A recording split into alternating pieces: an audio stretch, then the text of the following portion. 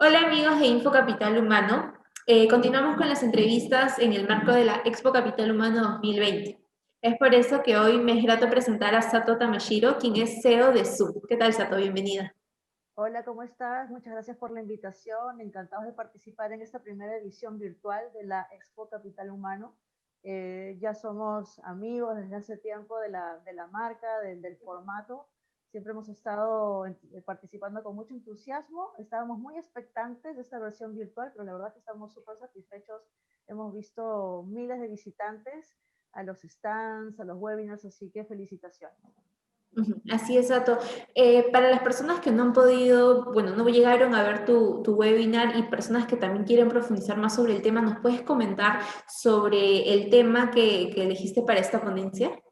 Claro que sí.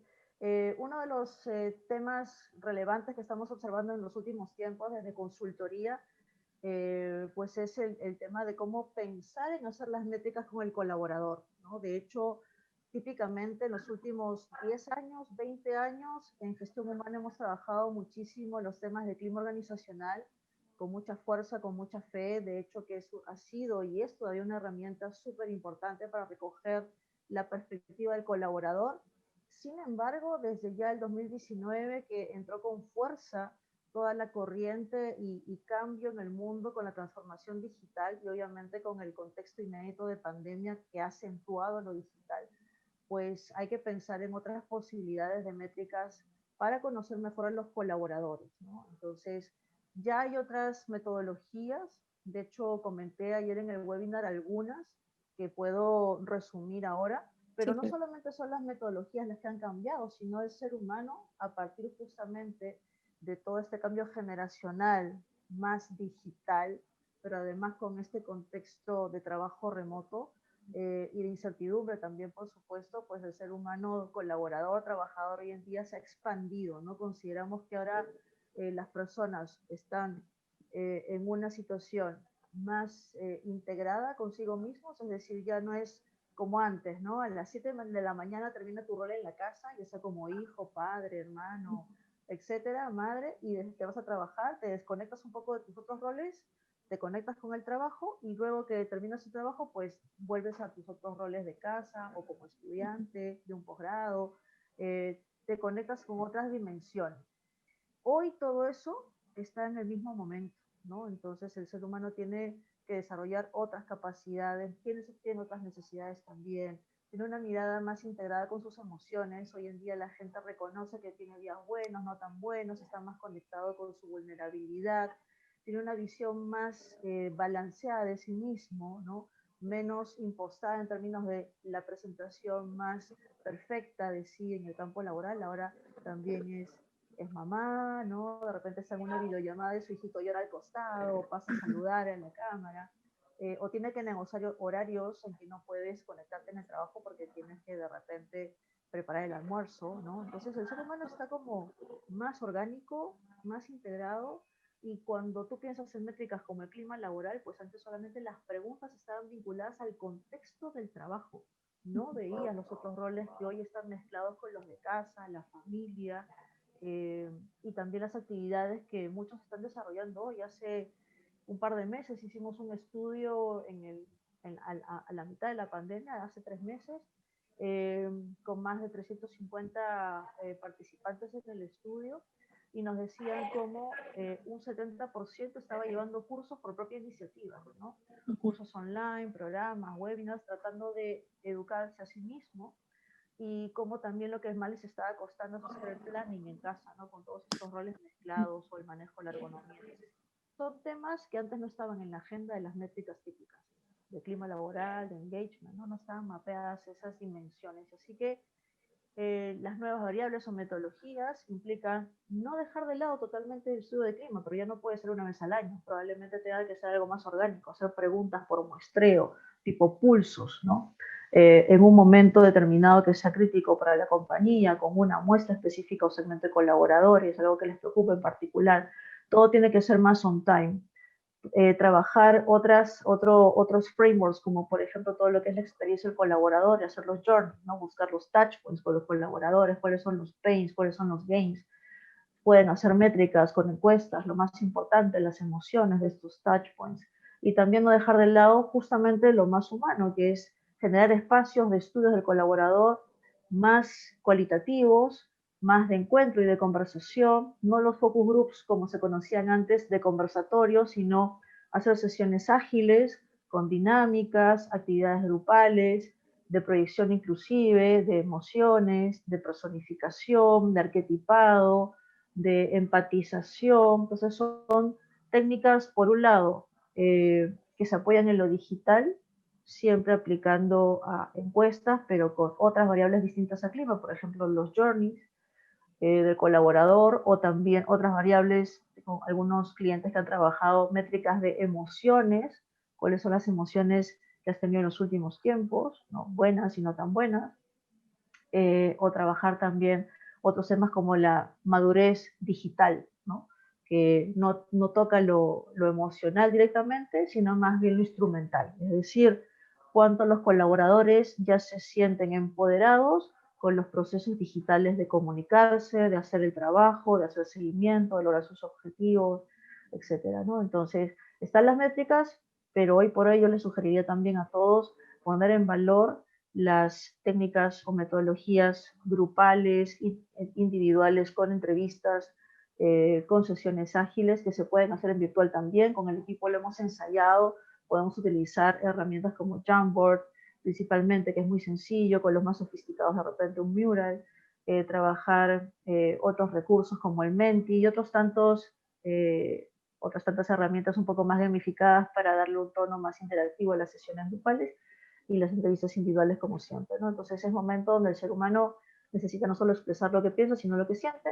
Así que en gestión humana lo que nos toca es renovar nuestro set de metodologías, renovar los procesos de trabajo y sobre todo nuestro mindset, porque el ser humano antes de pandemia no es el mismo que hoy. Las estrategias del negocio son distintas antes y después de estas circunstancias, así que tenemos que hacer reformulaciones. Es una oportunidad, es una gran oportunidad para la gente de gestión humana para innovar en estas métricas. ¿Y cuál consideras tú que como organización sería el primer paso para poder iniciar el cambio dentro de mi organización? Creo que lo primero es identificar cuáles son las herramientas que han utilizado hasta hoy, cuán efectivas pueden ser en este nuevo contexto y cuál es el propósito que ha tenido la herramienta, ¿no? Entonces, si la herramienta ha sido básicamente mapear cuáles son las áreas que están más involucradas con la compañía, más alineadas con la cultura, ¿no? Si eso es suficiente hoy para poder cumplir otras metas como tenemos típicamente en gestión humana, como la retención del talento, ¿no? Entonces, la pregunta que tendríamos que hacernos es, con las herramientas que teníamos antes para conocer a los colaboradores, ¿podemos obtener la información para desarrollar estrategias de retención de talento? Yo diría que no, ¿no? O sea, no podemos dar soluciones nuevas para un contexto nuevo haciendo las cosas antiguas, ¿no? Lo que hacíamos antes. Entonces, corresponde hacer, es una etapa donde hay que reflexionar cuál es el valor que tenemos que otorgar a la compañía, a los colaboradores, y en ese sentido ver si las herramientas responden a esa propuesta o promesa de valor. Un pensamiento que suelen tener las organizaciones sobre los grupos de trabajo es que aplicar este tipo de herramientas que nos comentas son costosas o pueden llegar a ser muy tediosas de aplicar. Entonces, ¿cuál consideras tú que podría ser no el problema, pero sí un punto que las empresas, un motivo por el cual las empresas no todavía no tienen ganas de aplicarlo o de ponerlo en práctica? Mira, qué buena pregunta, porque a veces existen como estos mitos, ¿no? Cambiar las herramientas o hacer algo distinto puede ser costoso, complejo. Y afortunadamente es justamente lo contrario. Es mucho más barato y es bastante sencillo. Y te comento por qué. Primero, suele resultar más barato porque hoy la tecnología digital es mucho más económica que antes. Los desarrollos tecnológicos, existen muchos software que permiten recoger estas nuevas variables, la experiencia del colaborador, el engagement, las emociones, ¿no? Y existen plataformas digitales creadas que permiten hacer este levantamiento de información. Entonces yo te diría que hoy más bien es mucho más económico porque existen más herramientas, hay cientos de herramientas en el mundo para poder hacer estas métricas. Localmente habemos varios proveedores que ofrecemos herramientas flexibles para poder adecuar estas innovaciones. Y por otro lado es menos complejo porque es más orgánico, es más humano, entonces no tenemos que buscar como modelos muy sofisticados o internacionales para poder realizar un levantamiento de información incluso cualitativo, sino básicamente apelar justamente a la empatización. Volvemos a lo básico, ¿no? En un mundo más desafiante, donde probablemente es más complejo en términos de que hay más variables que atender, políticas, estratégicas, ecológicas, de cambios de generación, las técnicas de levantamiento de información, por lo contrario, se vuelven más humanas, más sencillas. Es como cuando tenemos una conversación de genuino interés con un amigo, cómo se siente, cómo está, qué le gusta, qué no le gusta, qué le hace sentir bien, qué le hace sentir mal y por qué. Ese tipo de conversaciones son las que se necesitan hacer hoy, ¿no? Entonces ya no hablamos de entrevistas tan acartonadas con un formulario estructurado, sino con una conversación donde podemos fluir y conocerlos. Una verdad importante que surge hoy es que hay que empezar a dejar de hablar de los colaboradores para hablar más con ellos, ¿no? Entonces es distinto. Acerquémonos más a conversar directamente con ellos en lugar de solamente hacer presunciones de lo que pueden estar sintiendo o pensando, ¿no? Y eso va a clarificar la estrategia del negocio, ¿no? Y te lo comento porque con varias compañías están en dificultades justamente para encontrar cuáles son las fórmulas para volver a encontrar este balance comercial, económico que tenían antes de pandemia. Pues una de las cajas negras que tienen en su mente es no sabemos qué pasa con los colaboradores, ¿no? ¿Qué sienten, qué quieren? Se van a alinear a la metodología, a las herramientas del CRM. Entonces hay preguntas que hay sobre la gente y la recomendación hoy es hablen con la gente en lugar de hablar de la gente. Así es.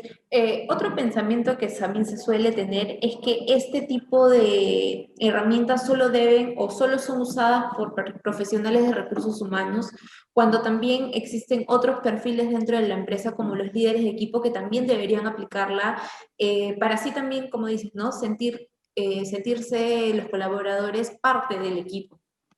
Totalmente, totalmente. Los líderes de equipo hoy siempre, pero hoy más que nunca, pues van a tener que asumir ese rol de gestores de talento realmente, ¿no? Ellos son los que pueden apalancar el desarrollo de todo el potencial que tiene su gente, cohesionar al equipo, inspirarlo, guiarlo. Cada líder de equipo tiene esa gran oportunidad de ser un héroe, ¿no? Para la cultura de la compañía, para la historia de su gente.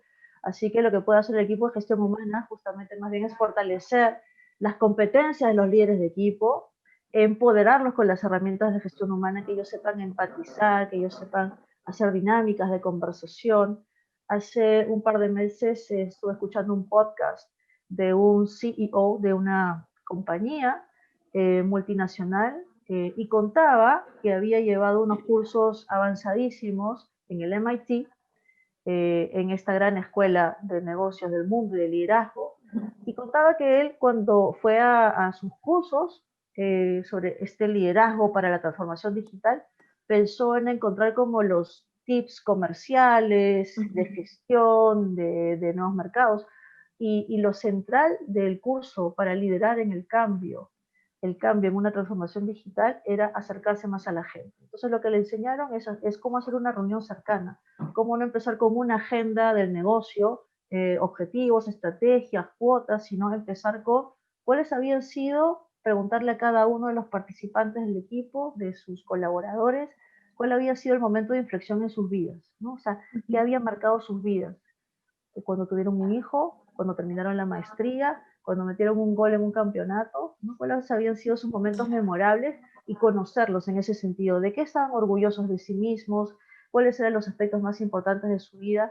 Y lo que decía este CEO es que lo puso en práctica y sintió justamente en pandemia que ahora con su equipo, con esta práctica se sentían todos más unidos y cohesionados que antes de la pandemia y con el trabajo presencial. Entonces es interesante cómo nosotros podemos darle la vuelta a esta circunstancia de no estar juntos a realmente sentirnos más juntos, ¿no? Justamente teniendo conversaciones más de vínculo y no solamente de negocio. Así es, Sato, qué tan importante es poder escuchar a tu equipo, poder escuchar a tus colaboradores para de alguna manera darte cuenta cuáles son los puntos que tú también tienes que mejorar y ambos o en todo el equipo en conjunto ser más productivos. Yo quiero agradecerte una vez más que te hayas tomado el tiempo de contestar estas preguntas y de participar en esta entrevista. Quisiera darte el pase si es que quieres dar algunas palabras finales. Claro que sí, bueno, nuevamente agradecerles muchísimo esta invitación a la expo, esta invitación en particular, esta entrevista. Quiero invitar a todos a que nos visiten en nuestra página web, que es zoompersonas.com, y si quieren ver nuestro lado más digital, zoommetrics.com, los estamos esperando. Además, estamos compartiendo cursos virtuales gratuitos a todos los que quieran inscribirse, visitando nuestro stand en este último día de la feria. Y los que no han estado en la feria, porque esto lo van a ver después seguramente, visiten nuestra página o nuestras redes sociales, Zoom Metrics, y nos comentan que les interesa llevar los cursos gratuitos que estuvimos ofreciendo en la expo, y con mucha seguridad les vamos a dar las becas para que lleven los cursos también de manera gratuita. Muchas gracias a todos y bienvenidos a Zoom Metrics y a Zoom para que conozcan nuestras propuestas de valor.